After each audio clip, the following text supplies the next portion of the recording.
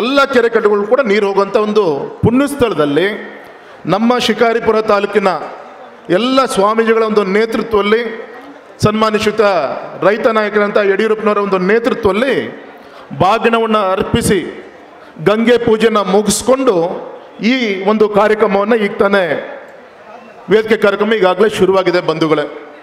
ಅದೇ ರೀತಿ ನಮ್ಮ ಹೊಸೂರು ಹೋಬಳಿ ನಮ್ಮ ಕಾಗಿನೆಲೆಯಲ್ಲಿ ಅಲ್ಲೊಂದು ನೇರವಾಗಿ ಸುಮಾರು 22 ಕಿಲೋಮೀಟರ್ ಪೈಪ್ಲೈನ್ ಮಾಡಿ ತುಂಗಾಭದ್ರಾ ನೀರು ಅಲ್ಲಿ ಬಂದು ಧುಮುಕುತ್ತೆ ಹೊಸೂರು ಹೋಬಳಿಗೋಸ್ಕರ. ಅಲ್ಲಿ ನಮ್ಮ ರೈತ ಮೋರ್ಚಾದ ಅಧ್ಯಕ್ಷ ಅಂತ ಸನ್ಮಾನಿಸಿದ ಕುಮಾರ್ ಗೌಡರು ಮತ್ತು ಹೊಸೂರು ಹೋಬಳಿಯ ನಾಯಕರ ನೇತೃತ್ವದಲ್ಲಿ ಈಗಾಗಲೇ ಅಲ್ಲಿ ಪೂಜೆಯನ್ನು ಮುಗಿಸ್ಕೊಂಡು ಈಗ ತಾನೇ ಕಾರ್ಯಕ್ರಮಕ್ಕೆ ಬಂದಿದ್ದಾರೆ. ವೇದಿಕೆ ಮುಂಭಾಗದಲ್ಲಿ ನಾವು ಗಂಗೆಯನ್ನು ನೋಡ್ತಾ ಇದ್ದೀವಿ.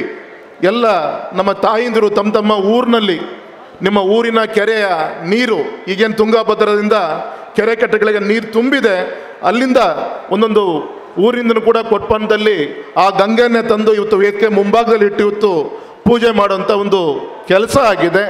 ಅಂಥ ಗಂಗೆಯನ್ನು ನಮ್ಮ ಶಿಕಾರಿಪುರ ತಾಲೂಕಿಗೆ ಹರಿಸಿದಂಥ ಸನ್ಮಾನಿಸಿದ ಆಧುನಿಕ ಭಗೀರಥ ಸನ್ಮಾನಿಸಿದ BS ಯಡಿಯೂರಪ್ಪನವರಿಗೆ ನಿಮ್ಮೆಲ್ಲರ ಪರವಾಗಿ ಮತ್ತೊಮ್ಮೆ ಹೃತ್ಪೂರ್ವಕವಾಗಿ ನಾನು ಕೃತಜ್ಞತೆಯನ್ನು ಅಭಿನಂದನೆಯನ್ನು ಸಲ್ಲಿಸ್ತೀನಿ. ಬಂಧುಗಳೇ, ಇವತ್ತು ನಮ್ಮ ಶಿಕಾರಿಪುರ ತಾಲೂಕಿನ ಉಡುಗುಣಿ, ತಾಳ್ಗುಂದ, ಹೊಸೂರು ಹೋಬಳಿ ಸುಮಾರು 850 ಕೋಟಿ ರೂಪಾಯಿ ವೆಚ್ಚವನ್ನು ಮಾಡಿ ನಮ್ಮ ಹಿರೇಕೆರೆ ತಾಲೂಕಿನ ಸುಮಾರು 9 ಕೆರೆಗಳು, ನಮ್ಮ ಹೊಸೂರು ಹೋಬಳಿಯ 44 ಕೆರೆಗಳಿಗೆ, ನಮ್ಮ ತಾಳ್ಗುಂದ ಹೋಬಳಿಯ 134 ಕೆರೆಗಳಿಗೆ, ನಮ್ಮ ಉಡುಗುಣಿಯ 85 ಕೆರೆಗಳಿಗೆ ಸುಮಾರು 2 TMC ನೀರು.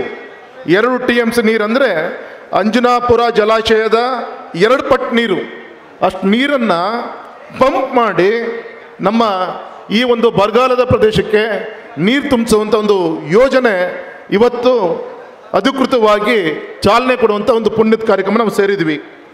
ಅದೇ ರೀತಿ ಹೊಸಳ್ಳಿ ಏತ ನೀರಾವರಿ ಸುಮಾರು 250 ಕೋಟಿ ರೂಪಾಯಿ ವೆಚ್ಚವನ್ನು ಮಾಡಿ ಶಿವಮೊಗ್ಗದ ತೀರ್ಥಹಳ್ಳಿ ರೋಡಲ್ಲಿರುವಂಥ ತುಂಗಾ ನದಿ ಏನು ಹರಿತಾ ಇದೆ ಅಲ್ಲಿಂದ ಸುಮಾರು 75 ಕಿಲೋಮೀಟ್ರ್ ಪೈಪ್ಲೈನನ್ನು ಮಾಡಿ ನಮ್ಮ ಶಿವಮೊಗ್ಗ ಗ್ರಾಮಾಂತರದ ಅಶೋಕ್ ನಾಯ್ಕರು ಇಲ್ಲೇ ಕೂತಿದ್ದಾರೆ.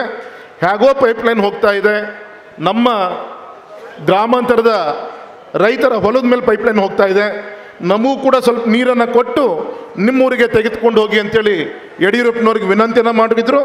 ಶಿವಮೊಗ್ಗ ಗ್ರಾಮಾಂತರಕ್ಕೆ 75 ಕೆರೆಗಳಿಗೆ ನೀರನ್ನು ಕೊಟ್ಟು ಇನ್ನು ಉಳಿದಂಥ ನೀರನ್ನು ಸುಮಾರು 80 TMC ನೀರನ್ನು ನಮ್ಮ ಅಂಜನಾಪುರ ಜಲಾಶಯಕ್ಕೆ ನೀರು ಬಂದು ಬೀಳುತ್ತೆ, ಚೂರುಡಿ ಹತ್ರ ಬಂದು ಬೀಳುತ್ತೆ. ಅಂಥ ಒಂದು ಪುಣ್ಯದ ಕಾರ್ಯಕ್ರಮ ಇವತ್ತು ಯಡಿಯೂರಪ್ಪನವರ ನೇತೃತ್ವದಲ್ಲಾಗಿದೆ. ನಮ್ಮ ಅಂಜನಾಪುರದ ಹೋಬಳಿಯ ಪರವಾಗಿ ಹೃತ್ಪೂರ್ವಕವಾಗಿ ಮತ್ತೊಮ್ಮೆ ಯಡಿಯೂರಪ್ಪ ಸಾಹೇಬರಿಗೆ ಅಭಿನಂದನೆಯನ್ನು ತಿಳಿಸ್ತಾ ಇದ್ದೀನಿ. ಅದೇ ರೀತಿ ನಿಮಗೆ ಗೊತ್ತಿದೆ, ಯಡಿಯೂರಪ್ಪ ಸಾಹೇಬರು ಮೊದಲೇ ಬಾರಿ ಮುಖ್ಯಮಂತ್ರಿ ಇದ್ದಾಗ ಶಾಸಕರಿದ್ದಾಗ ಕಲ್ವಟ್ಟು ಯೋಜನೆಯನ್ನು ನಾನು ಮಾಡಿಸ್ಕೊಡ್ತೀನಿ ಅಂತ ಹೇಳಿದರು. ಆದರೆ ಕಲ್ವಟ್ಟು ಯೋಜನೆಯನ್ನು ಮಾಡಿದ್ರೆ ನಮ್ಮ ಸಾಗರ ತಾಲೂಕಿನ ಆ ಭಾಗದ ಹಳ್ಳಿಗಳು ಮುಳುಗಡೆ ಆಗ್ತಾಯಿತ್ತು. ನನ್ನ ಜಿಲ್ಲೆ ಎಲ್ಲದೂ ಕೂಡ ಎಲ್ಲ ತಾಲೂಕು ಕೂಡ ನನ್ನ ಬೆಣ್ಣೆಯನ್ನು ಕೊಡಬೇಕು, ಯಾರಿಗೂ ಕೂಡ ಸುಣ್ಣವನ್ನು ಹಚ್ಚಬಾರ್ದು ಅಂತೇಳಿ ಯಡಿಯೂರಪ್ಪನವ್ರು ಸಂಕಲ್ಪನ ಮಾಡಿ ಆ ಕಲ್ವಡ್ಡು ಯೋಜನೆಯನ್ನು ಬಿಟ್ಟು ನಮ್ಮ ಕಾಳಿನಳ್ಳೆ ಗ್ರಾಮದಲ್ಲಿ ಕುಮದ್ವತಿ ಮತ್ತು ರುಚ್ಬೇಂದ್ರ ಆ 2 ಕೆರೆಗಳು ಸಮ್ಮಿಲನ ಆಗುತ್ತೆ.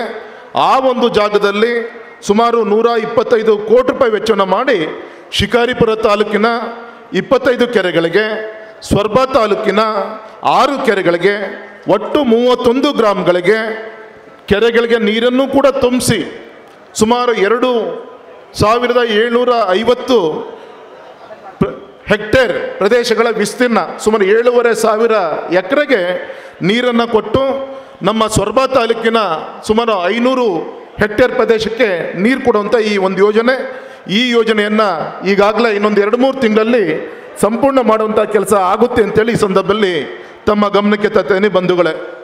ಅಂದರೆ ಈ ರೀತಿ ನಿಮಗೆಲ್ಲರೂ ಕೂಡ ಗೊತ್ತಿದೆ, ಸನ್ಯಾಸಿಕೊಪ್ಪ ಲಿಫ್ಟ್